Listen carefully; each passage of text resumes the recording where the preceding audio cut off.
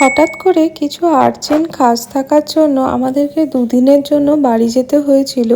যদিও এই বাড়ি যাওয়ার ব্যাপারটা বাবা মায়ের কাছে ছিল পুরোটাই সারপ্রাইজ। আমরাও এই প্রথমবার বাবা মাকে এইভাবে সারপ্রাইজ দিলাম। বাড়ি যাওয়ার পথে অ্যাজ ইউজুয়াল আমরা আমাদের ব্রেকফাস্টে সারলাম এই ঝালমুড়ি দিয়ে। তোমরা যারা অন্ডাল থেকে সাঁইথিয়া অবধি এই লাইনে ট্রেনে যাতায়াত করো, এই কাকুর কাছে কিন্তু একবার ঝালমুড়ি ট্রাই করতেই পারো, খুব সুন্দর বানায়। যেহেতু খুব সকালেই বাড়ি থেকে বেরিয়েছিলাম ট্রেন ধরার জন্য, তাই চাটা কিছুই খাওয়া হয়নি। তাই ট্রেন থেকে নেমেই আগে চলে গেলাম চা খেতে। ট্রেনের ঝালমুড়ি দিয়ে ব্রেকফাস্টটা সেরেছিলাম ঠিকই, কিন্তু তাই বলে কি সকালের চাটা মিস করা যায়?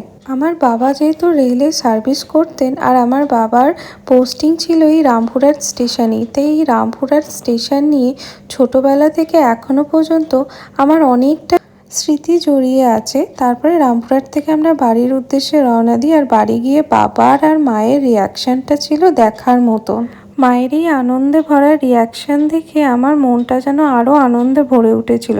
তারপরে লাঞ্চে মা আমাদের পছন্দের সমস্ত খাবার রান্না করেছিল। যেহেতু আমরা গেছিলাম সেই আনন্দে মা সেদিন আরও স্পেশালভাবে রান্নাগুলো করেছিল। তো চলো আজকের এই ব্লগটা এখানেই এন্ড করলাম। আর ব্লগটা কেমন লাগলো কমেন্টে অবশ্যই জানিও।